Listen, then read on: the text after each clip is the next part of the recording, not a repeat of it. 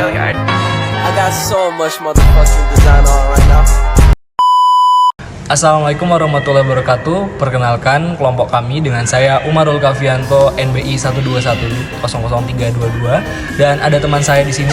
Hai, saya Cika Devianti dengan NIM 1212100 294. Teman saya di sini. Hai, aku Salsa NBI 1212134. Dimulai dari pengertian e-bisnis. E-bisnis atau disebut juga electronic business. Ini adalah konsep bisnis yang menggunakan teknologi digital, terutama internet, untuk melakukan berbagai aktivitas bisnis seperti pembelian online. Kemudian ada juga e-commerce atau singkatan dari electronic commerce.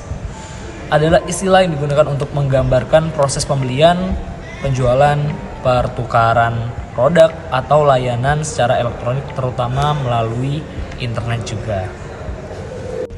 4 dimensi e-bisnis. Yang pertama ada dimensi Wu yang berkaitan dengan siapa sih pelaku dalam e-bisnis. Yang pertama, siapa sih pelanggan Anda, siapa sih pesaing Anda, dan siapa yang terlibat dalam proses bisnis Anda. Dimensi yang kedua yaitu where atau di mana. Yang pertama adalah di mana sih pelanggan Anda berada, di mana operasi bisnis Anda berbasis. Dan yang ketiga, dimensi what atau apa yang berkaitan dengan apa yang Anda tawarkan dalam e-bisnis ini. Dan yang terakhir, dimensi keempat yaitu why, mengapa. Apa sih yang berkaitan dengan tujuan e-bisnis yang Anda jalankan? Yang pertama, mengapa Anda memilih e-bisnis sebagai model bisnis Anda? Dan yang kedua, mengapa pelanggan harus memilih produk atau layanan Anda? Hubungan e-bisnis dan e-commerce.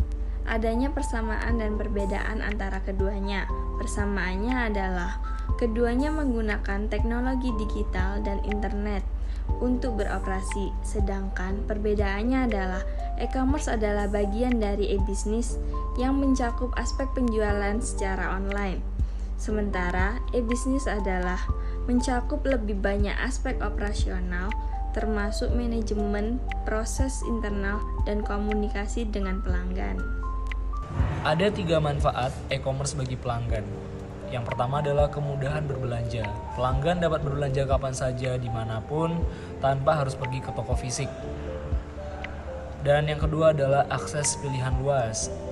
E-commerce memberikan akses yang berbagai produk dan layanan dari berbagai penjualan di seluruh dunia, yang berarti pelanggan memiliki pilihan yang sangat besar. Yang ketiga adalah harga yang lebih murah atau kompetitif. Karena persaingan yang sangat kuat pada pasar online, pelanggan seringkali dapat menemukan harga yang lebih baik dan lebih murah. Manfaat e-commerce bagi perusahaan. Yang pertama, akses ke pasar global. E-commerce dapat memungkinkan perusahaan untuk mencapai pelanggan di seluruh dunia tanpa batasan geografis. Yang kedua, pengurangan biaya operasional. E-commerce juga dapat mengurangi biaya operasional perusahaan dengan cara menghilangkan biaya penyewaan toko fisik, stok yang banyak, dan biaya operasional toko konvensional. Yang ketiga, memudahkan pelanggan berbelanja dan berbisnis. E-commerce dapat memberikan kemudahan kepada pelanggan untuk belanja kapan saja, di mana saja, dan meningkatkan kenyamanan pelanggan. Perusahaan juga dapat berbisnis. Selanjutnya ada tantangan e-commerce. Yang pertama ada persaingan yang sengit. Di persaingan yang sengit ini kita harus memiliki strategi yang kuat untuk bersaing. Yang kedua ada keamanan transaksi. Keamanan data dalam dunia bisnis ini adalah untuk melindungi informasi bisnis Anda. Dan yang ketiga, pengelolaan persediaan. Manajemen persediaan ini sangat dibutuhkan dalam e-commerce karena perlu mengelola stok yang akurat dan menghindari kekurangan atau kelebihan persediaan.